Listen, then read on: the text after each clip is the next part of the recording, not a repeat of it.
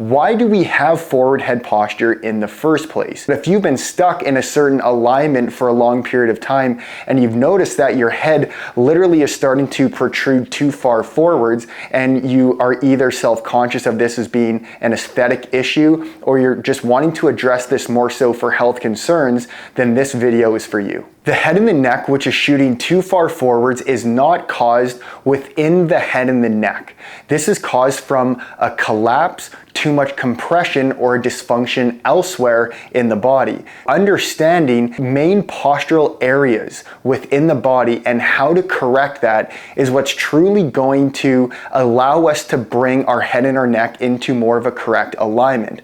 And one of the most important things that we need to consider is our diaphragm. Our diaphragm is a plate of muscle that acts as a pump to breathe. So as we inhale, it moves down and the rib cage expands. This is where our lungs are located. So as we breathe, the entire rib cage should be expanding from all different directions. Remember, when we inhale, we're decompressing the rib cage. That is such a crucial component. When we exhale, the rib cage is getting smaller and moving more so into compression. We don't want to be stuck in this compressed state.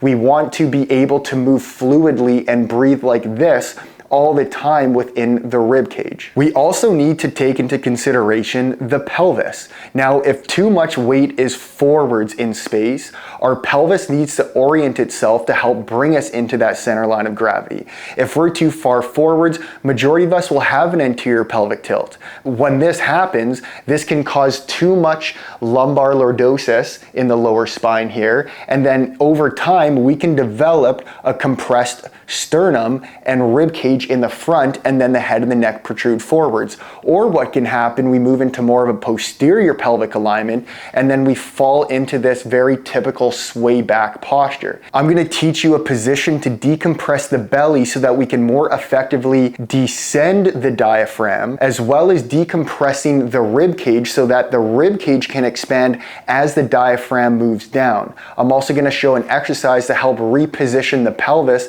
and bring it into more of that neutral alignment. All you need is a rolled up towel or a block to get started, and let's start with our first position.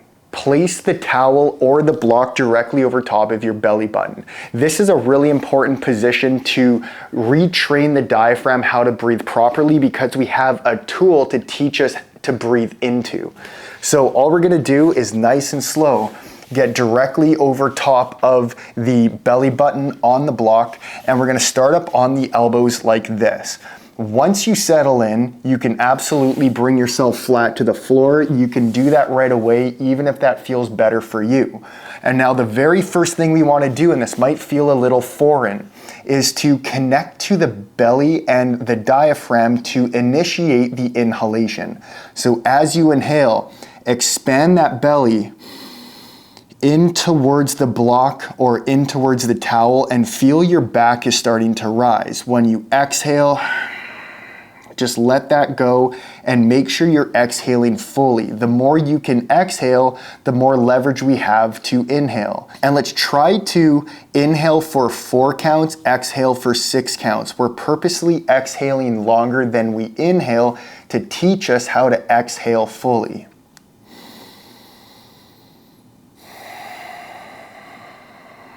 And now you might feel a lot of tension, you might feel some interesting sensations, some pain in this area, but the goal here is to keep that fluid breath so that the belly is expanding as you inhale and the belly is getting smaller as you exhale. It's very important that we spend a minimum of 3 minutes in this position to retrain the breath, to decompress these areas within the belly. But in turn, what this is gonna do is also release all of this tension that could be pulling us down. So when we release that, you may feel that when you get out of this position after a few minutes, you can already start to feel taller, stand up taller. You might just have more access to your breath. You can place your hands under your shoulders and exhale up and off. Now what we want to do is just take a couple breaths here. You can lay flat on your back, and this is going to be really important because now we want to teach the belly and the diaphragm, how to breathe throughout that rib cage. So I'm just having my knees bent like this. I'm going to exhale fully. Now, as you exhale fully, lock those side abs in place, and now take an inhalation. And you should start feeling your entire rib cage is expanding. But the most important factor here is to exhale as much as you can out. As I mentioned, the more you exhale, the more leverage you have with the diaphragm to inhale and decompress these ribs. Is your rib cage a little stuck? Is it a little compressed? And if it is, we're going to address those areas to help decompress, to open up more space, to allow the head and the neck to sit in a more effective position. So now let's grab the towel or the block, and what we're gonna do is decompress more of these upper ribs. So all we're gonna do is have it positioned around pec or nipple height, just like this. You can start on your right or your left side. You will be doing this on both sides because we will be compressed on both sides. Generally, people are more compressed on that right side. So let's just settle into this position, rest your head in your hand, and relax. That is so important. We're not trying to force anything. We're not trying to fight anything. We want to more so surrender to this to allow the tissue to decompress. Take a few calm, gentle breaths. See what your breath is doing. Try to connect your brain to your diaphragm so that your belly and your rib cage is starting to expand. And now what we're gonna do is we have this tool here to help decompress, but it's also a point of reference and a prop that we can use to breathe into. So these ribs become so stuck and the shoulder blade can't really move properly along the rib cage because these ribs are so compressed. So the more we can decompress this, the more the shoulder blades can move into proper alignment, which will in turn help the shoulder joint, and then the head and the neck will also want to follow into that more so correct alignment. So as you're here, place your hand on your belly just to start, even these low ribs. And now let's exhale fully. Bring this rib cage down, lock that into place, and now inhale from this position as you're locking that rib cage down. And you should feel a lot of expansion where we are right now. It might be directly where the block is. You might feel expansion in other areas. If you're feeling expansion in other areas, that's generally areas that are less compressed. But again, we want to spend 3 to 5 minutes here. I know that seems like some time, but if you want to make effective change and fast change, we need to be able to release and melt those restrictions and that compression in the rib cage. As you're here and as you settle in, at any point, if it's too painful where you feel like you're restricting your breath, ease off a little bit. We want to persuade this tissue to release and to melt.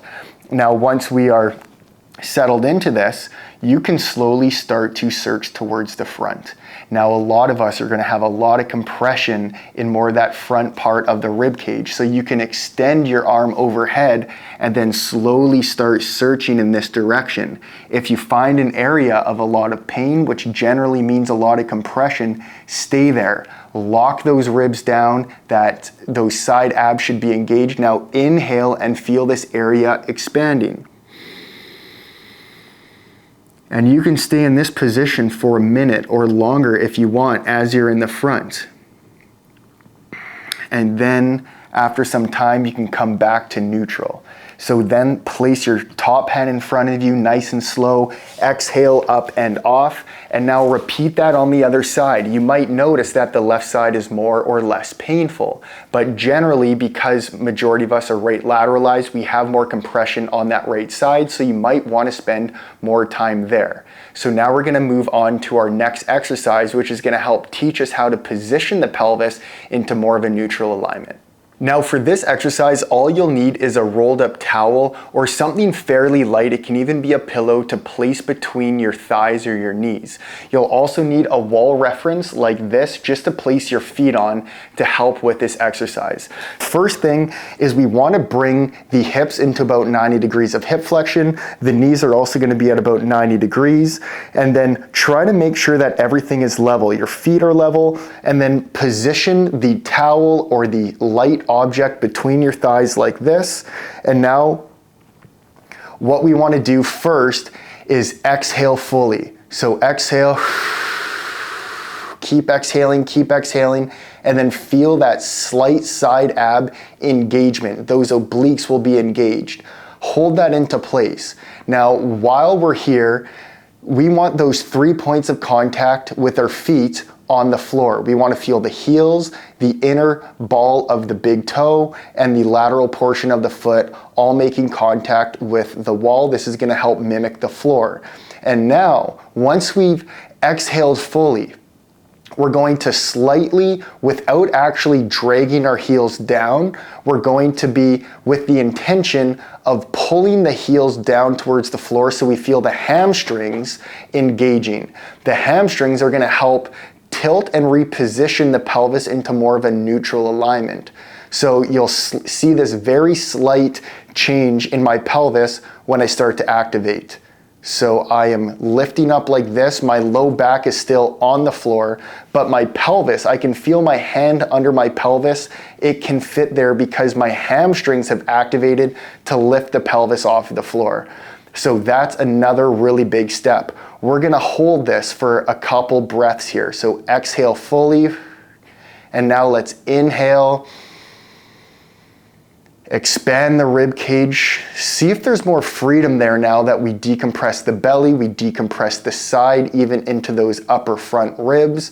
And now we want to train the breath to bring the breath more so into the front portion of this rib cage with this next cue. This is really important. So let's bring your arms to the side like this, and only minimal effort, 2 to 3 out of 10 maximum, you're gonna be pushing your elbows into the floor. You're gonna feel a little bit of slight upper back engagement here, which is good. That's gonna close off and pull the shoulder blades back. As we're closing off the posterior part of the rib cage, now we have more room for the upper chest to expand when we breathe.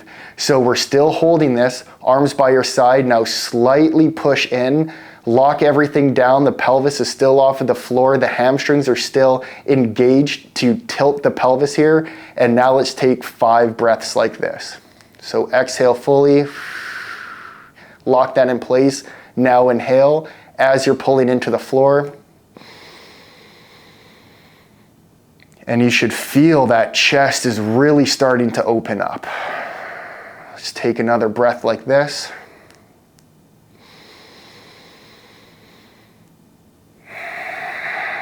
So make sure that you perform at least 5 to 8 breaths in that position. You'll likely have to rewatch that portion to make sure you're doing it correctly. Remember that forward head posture is generally caused from a breathing issue. It's a strategy to help us breathe, because if I were to simply try to pull my head and my neck back like this, then I'm just blocking off the airway.